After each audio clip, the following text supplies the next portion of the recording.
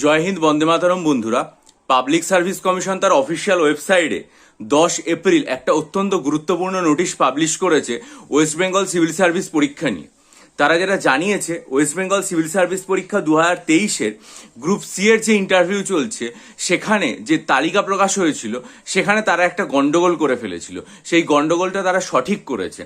কি বলা হচ্ছে কোয়ালিফাইড ক্যান্ডিডেটদের যে লিস্ট প্রকাশিত হয়েছে, তার মধ্যে একজন পরীক্ষার্থী যার নাম হচ্ছে শ্রী অনিব্রত ব্যানার্জি, তার নামটা ভুলবশত সেই লিস্টের মধ্যে পাবলিক সার্ভিস কমিশনের তরফ থেকে ইনক্লুড করা হয়নি। ওয়ার্ড যেটা ইউজ করা হয়েছে সেটা হচ্ছে ইনঅ্যাডভার্টেন্টলি নট ইনক্লুডেড, ঠিক আছে। এবং পাবলিক সার্ভিস কমিশন স্ক্রুটিনির মাধ্যমে সেই যে ভুলটা ছিল সেটাকে ডিটেক্ট করেছে এবং সেটা অবজার্ভ করার পর সেই যে ক্যান্ডিডেট রয়েছে তাকে পার্সোনাল টেস্টে 18 মার্চ 2026 ইন্টারভিউ দেওয়ার জন্য তারা তাকে ডেকে পাঠিয়েছে। সবার প্রথমে আমার চ্যানেলের তরফ থেকে এই যে পরীক্ষার্থী যিনি ইন্টারভিউর জন্য সিলেক্ট হলেন এবং যাকে ইন্টারভিউতে ডেকে পাঠানো হলো, তাকে অনেক অনেক শুভেচ্ছা। তার ভবিষ্যৎ জীবন অনেক উন্নত হোক এটা প্রার্থনা করি।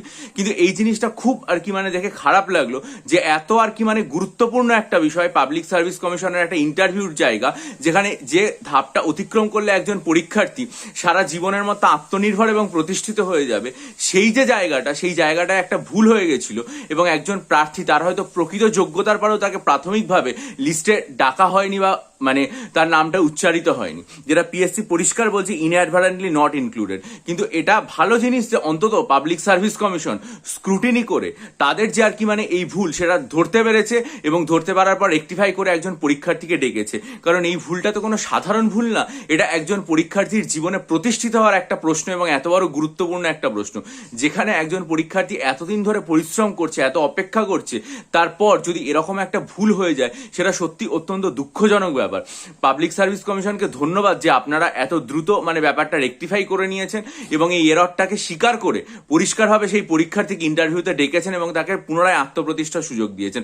পরীক্ষার্থীকে অনেক শুভেচ্ছা। আশা রাখবো তিনি নিশ্চয়ই খুব ভালো করে ইন্টারভিউ দেবেন এবং জীবনে অত্যন্ত দ্রুত সফল হবেন। পাবলিক সার্ভিস কমিশনের তরফ থেকে যেহেতু খুব গুরুত্বপূর্ণ এটা প্রকাশ করা হয়েছে, তাই জন্য এটা আপনাদের সামনে রাখলাম। আপনারা ভিডিওটা লাইক করবেন, বন্ধুদের মাঝে ছড়িয়ে দেবেন এবং আপনাদের গুরুত্বপূর্ণ মতামত অবশ্যই জানাবেন।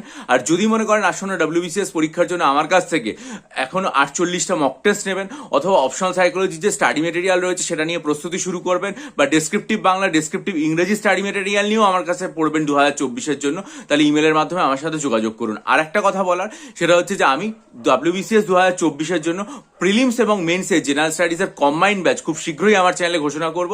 তার জন্য চ্যানেলটা সাবস্ক্রাইব করে চ্যানেলের দিকে নজর রাখুন। যারা ভিডিওটা দেখবেন এবং দেখার পর আগ্রহী হবেন তারা অবশ্যই মেলের মাধ্যমে আমার সাথে যোগাযোগ করবেন। ভালো থাকবেন।